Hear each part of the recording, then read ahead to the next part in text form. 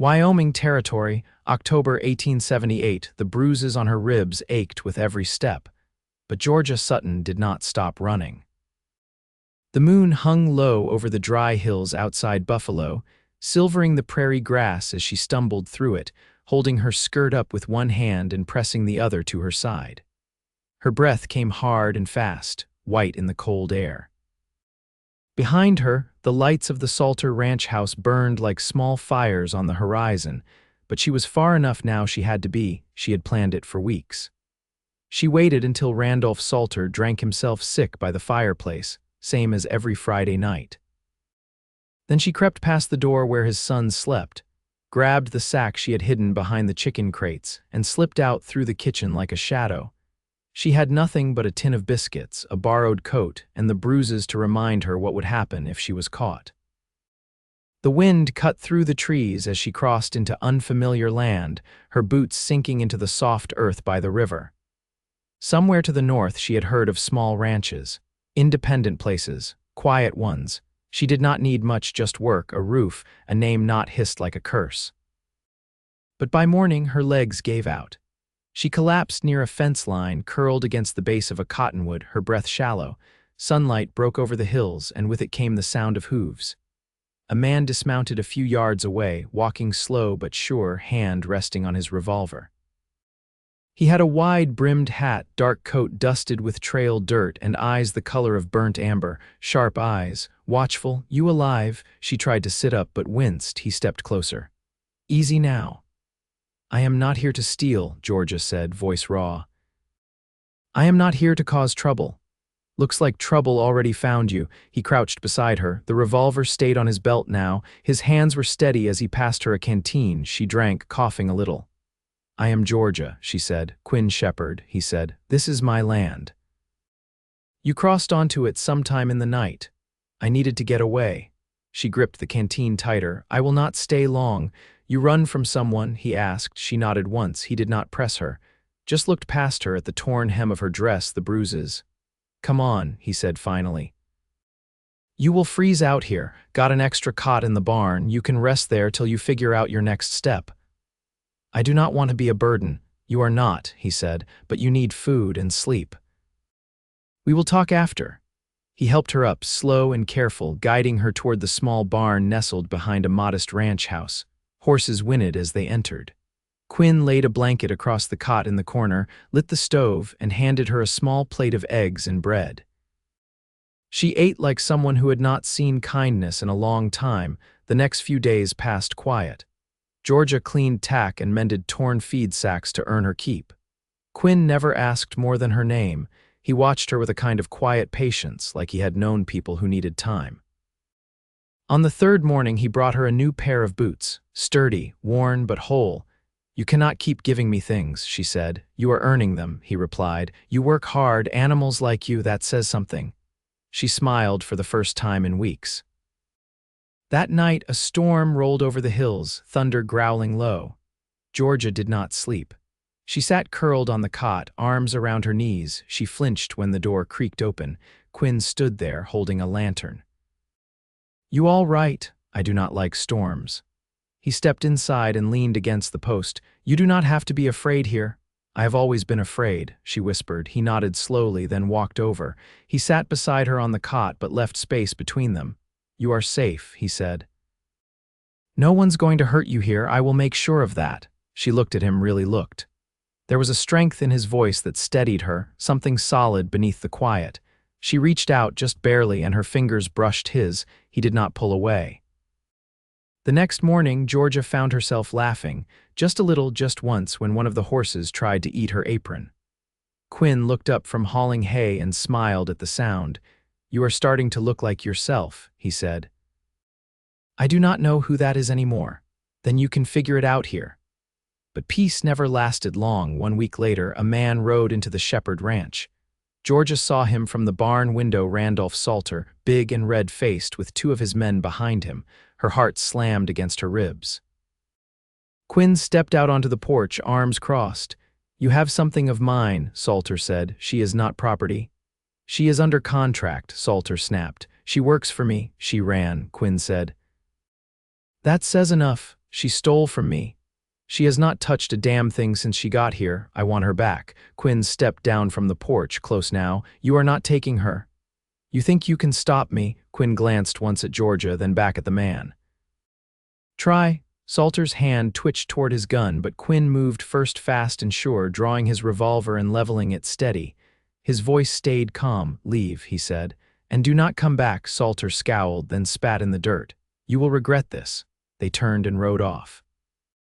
Quinn holstered the gun and looked at Georgia. You are staying. I do not want to bring you trouble. You did not, he said. You brought something else. She stepped toward him, slow. Her hand found his. I am not sure what to do now, she said. He looked down at her, eyes soft. Then stay until you are sure. You do not even know me. I know enough, he said. I know what it looks like when someone starts to breathe again. She swallowed hard. I am scared. I am not, he said simply. Not with you here. And that was the first time she thought maybe she would not have to run again. Georgia raked the last of the straw into the corners of the mare's stall, her hands stiff from the cold. The mountain wind had shifted overnight, dragging down the scent of snow from the high passes. She paused, resting the rake against the wall, and listened to the hush beyond the barn boards, the kind of stillness that made a person hold their breath without knowing why. Bootsteps approached, measured and unhurried. She didn't turn until Quinn stepped through the open door, his coat dusted with sleet, collar pulled high. Fence lines holding, he said. But the north pastures iced over. We'll need to drive the herd in closer before dusk. She nodded, tucking her sleeves tighter around her wrists. You want me to help you ride? Not well. He didn't laugh. You'll learn. She didn't answer right away. Then, quietly, you trust me with that? He looked at her, not just with his eyes, but with something steadier beneath.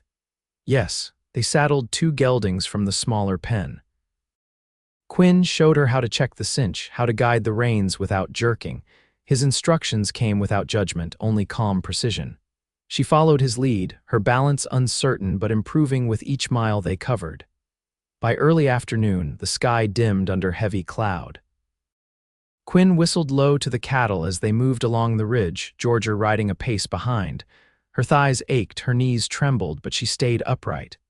You're favoring your right leg, he said, his voice carrying over the wind. It's stiff, old break. Quinn nodded once, said nothing more. He adjusted their path to flatter ground without comment, subtle and thoughtful. They returned just as the first flakes began to fall. Georgia unsaddled her horse with numb fingers, brushing snow from the animal's mane. The barn lanterns glowed amber in the dimness, casting long shadows along the rafters. Quinn handed her a mug of hot chicory brew from the kitchen stove. She took it with both hands, warming her palms against the tin. I never thought I'd be riding through winter, she said, watching the snow collect in the yard. You planning to leave before spring? I haven't decided. He didn't press, just leaned against the workbench and studied her face for a long moment. I got a letter today, he said finally.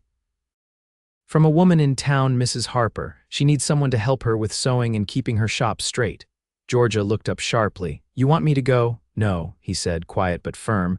But I thought you might want choices. That's different. She turned the mug in her hands.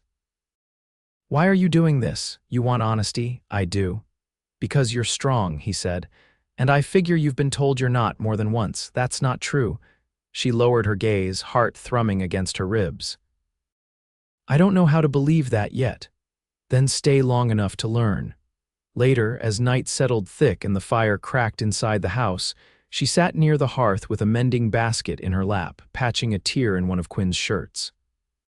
He came in from the barn, shaking the snow from his shoulders, and paused when he saw her there. You don't have to sew for me. I know, she said. I just wanted to. He crossed to the stove and poured himself a cup of coffee, his movements quiet. Then he turned, leaning back against the counter, and watched her thread the needle with careful precision. My father was a blacksmith, she said, surprising herself. He died when I was 16. After that, it was just me and my brother. He got sick in Kansas, consumption. Quinn didn't speak. He let the silence fill the space between her words, warm and unhurried. I signed on with Salter after that, she said. Didn't know anyone out here, thought I'd earn enough to start over. You came west looking for freedom, she nodded. Didn't find it. You're not the only one. The room quieted again, firelight dancing across the floorboards. She tied off the thread and folded the shirt neatly beside her. I've never known a man to listen the way you do, she said. That's not something I was always good at, he admitted. Had to learn it the hard way. What changed? He looked at her, and something softened in his expression. Loss. She didn't ask what kind. Some things didn't need names. As the wind howled at the shutters, she rose from the chair and crossed to the stove. Her hand brushed his as she reached for her cup. He didn't move away. I don't know what this is, she said, barely above a whisper. Neither do I, he replied.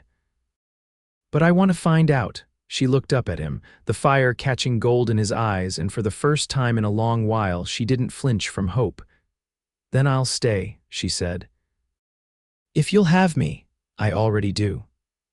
By mid-November, the ground had hardened under frost, and the air carried the bite of oncoming snow. Georgia rose before dawn most mornings, dressing by lantern light while the stove crackled in the corner. Quinn had made room for her in the house without ceremony, just shifted his things to the back room and told her the front was warmer. He never locked the door between them. She moved through the mornings with a calm she hadn't known she was capable of.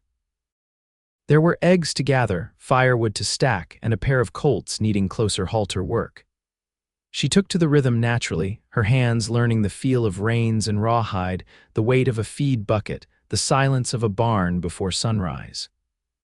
One afternoon, as the wind thinned and the light turned gold over the hills, she found Quinn fitting leather straps to the sled runners by the shed. He looked up when she approached, wiping his hands on a cloth. Storm'll shut down the pass before long, he said. Might be the last supply run till spring. I was thinking to ride into Sheridan tomorrow. Do you want company? You ever traded with shopkeepers who think women don't know the worth of flour or canvas? I've been underestimated more ways than I can count, she said. Doesn't stop me. He gave a quiet nod, then went back to lashing down the ties. They left before first light, the wagon creaking under the weight of pelts, dried beans, and a barrel of pickled carrots. Georgia tucked her scarf close to her throat, watching the trail wind down toward the lowlands. It had been years since she'd seen a town without fear tightening in her chest. Sheridan was quiet under a thin coat of snow. Smoke curled from chimneys, and the store signs hung straight in the still air. Quinn handled the smithy and lumber orders while Georgia stepped into the dry goods shop, where Mrs. Harper stood behind the counter folding muslin. You're the girl from the mountain place, Mrs. Harper said, lifting an eyebrow. I'm staying with Quinn Shepard, Georgia replied. You know his name carries weight here. Don't take it lightly. I don't. The woman studied her a beat longer, then passed her a spool of thread. He sent word about you last month. Said you might come ask for work. I haven't made up my mind yet. Well, if you do, I'll not ask questions I don't need answers to, but I keep to honest accounts and I don't hire anyone half distracted. You'd need to be sure. I would be, Georgia said. When she stepped out into the street, she saw Quinn tying down the last box in the wagon. She crossed to him, her breath curling in the cold. She offered me a place, she said. Do you want it? I'd rather be where my hands are needed. Where I can build something that's mine. There's room for that at the ranch, he said, but not if you're waiting for me to tell you it's yours. I wouldn't want it as a gift. Then take it as an even trade, he said. You've worked for it. As they rode back into the hills, Georgia watched the light shift across the pines, her heart steady in her chest. She didn't speak until they reached the last ridge before home. When you were younger, she said, what did you want? Quinn kept his eyes on the trail.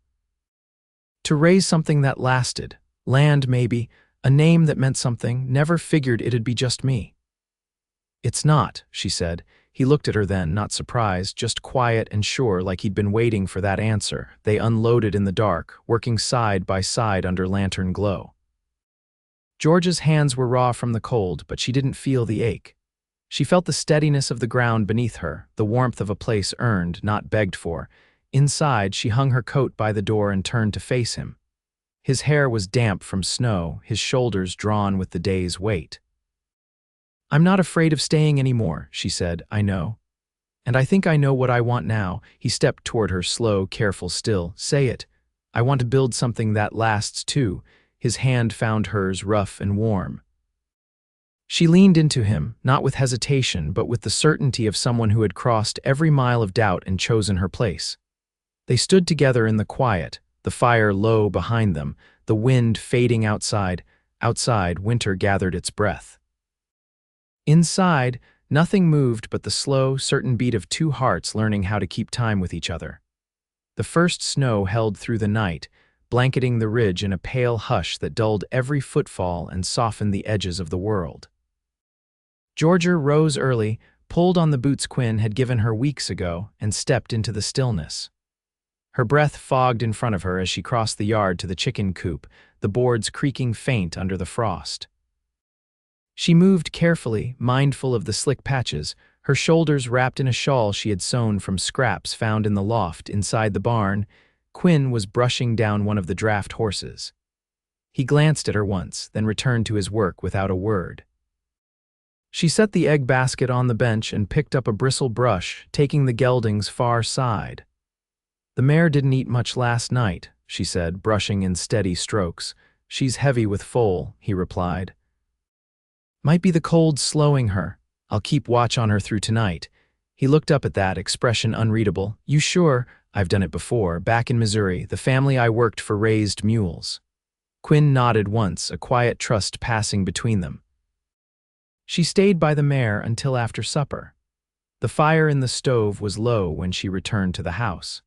Quinn was sitting at the table, sharpening a drawknife, his sleeves rolled and forearms streaked with cedar dust.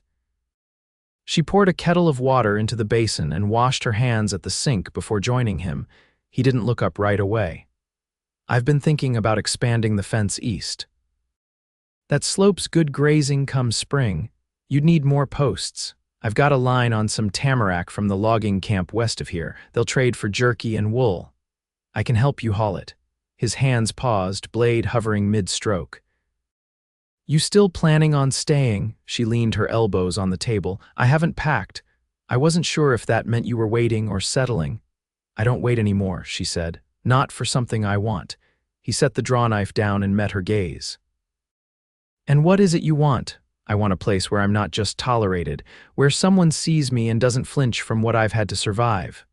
"I see you," he said. "I know." Her voice was quiet but steady.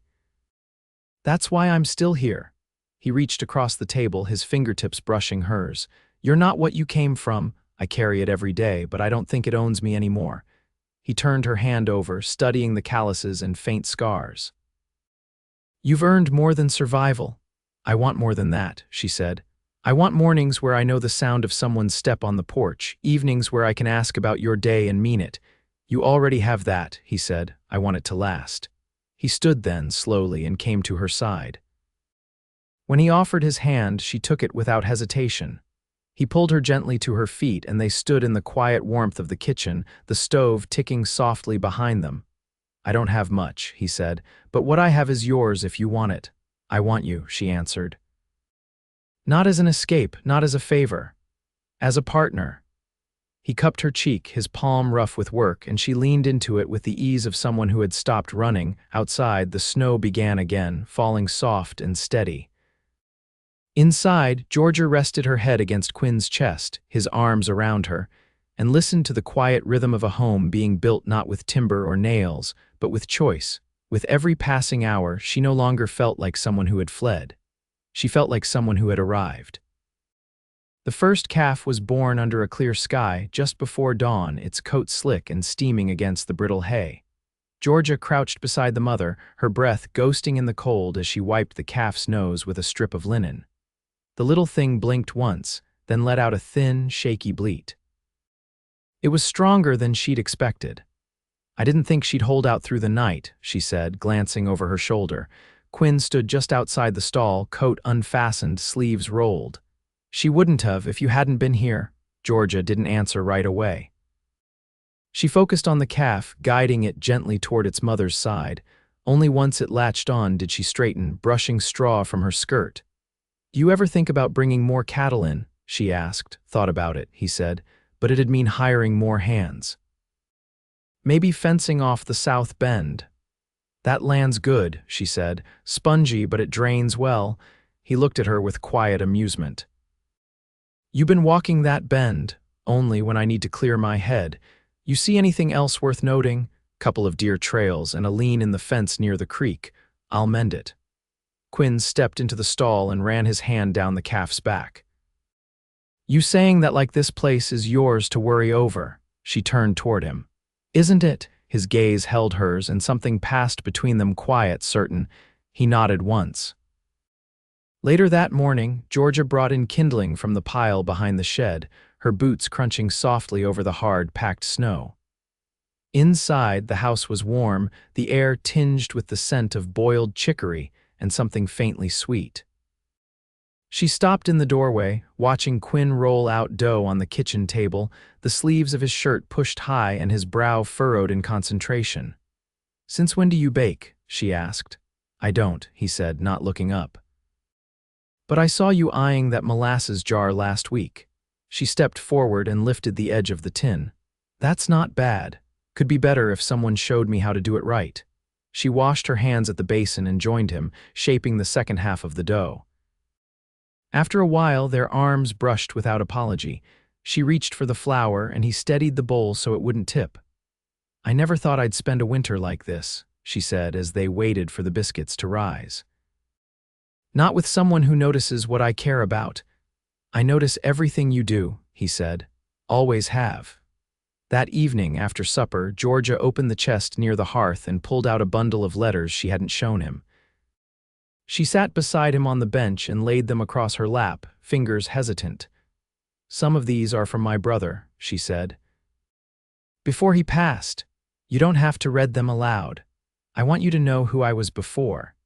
He waited while she unfolded the top page, her voice low as she read a few lines, her brother's words full of teasing affection, a recipe for cornbread scribbled in the margins. She smiled once, faint and distant. "He used to say I was too stubborn for my own good," she said. "Sounds like he was proud." "I hope so." She folded the letter again, hands steady now, and looked up at Quinn. "I don't want to keep pieces of myself hidden anymore." "You don't have to." In the following weeks, the snow deepened, but the house felt fuller. Georgia stitched new curtains from worn linens, soft gray with a stripe of rust red. Quinn cleared the north side of the barn for a workbench, so she could mend harnesses without kneeling in the hay. They moved through their days without ceremony, learning each other's habits, the way she hummed under her breath when she worked, how he tapped his fingers 3 times against the table before making a decision. One morning, while checking the fence line, Georgia paused at the ridge and looked out over the valley. The land stretched wide and open, the creek threading silver through the trees. Quinn rode up beside her, his horse breathing slow and steady. "I've been thinking," he said, reining in beside her, "about building another room off the kitchen, something with southern windows." "For what?" "Whatever you want it to be." She turned in the saddle, studying his face. "I think I'd like that. Good."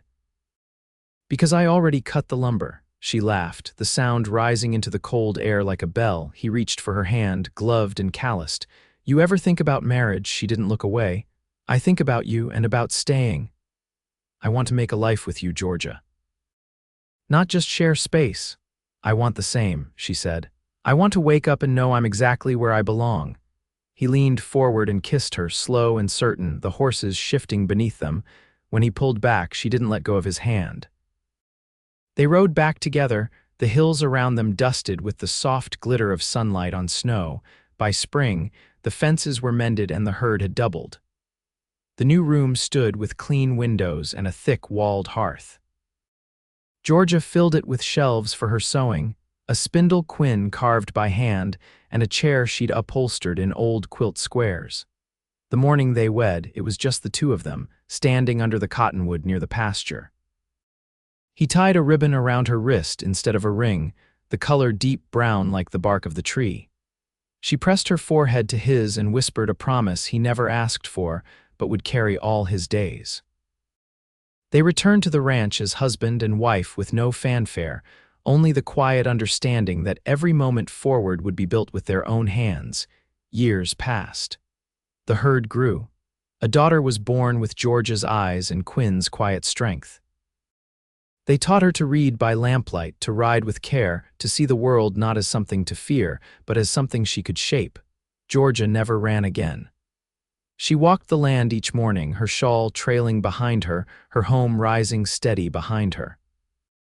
And every evening, Quinn met her at the porch with a hand outstretched not out of habit, but because love, when earned, never grows old.